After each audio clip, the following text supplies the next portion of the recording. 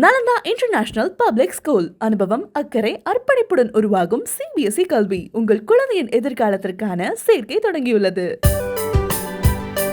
Chennai railway கோட்டம் நடப்பு நிதியாண்டில் சரக்கு போக்குவரத்து செயல்பாடுகள் மூலமாக 1290 கோடி ரூபாய் வருவாய் ஈட்டியுள்ளதோடு பல புதிய சரக்கு போக்குவரத்து சேவைகளையும் அறிமுகப்படுத்தி உள்ளதாக அதிகாரிகள் கூறியுள்ளனர். சிங்கப்பெருமாள் கோவில் மற்றும் பொன்னேரியிலிருந்து ஏற்கனவே இயக்கப்பட்ட சேவைகள் மீண்டும் துவங்கியுள்ளதாக அதிகாரிகள் தெரிவித்தனர்.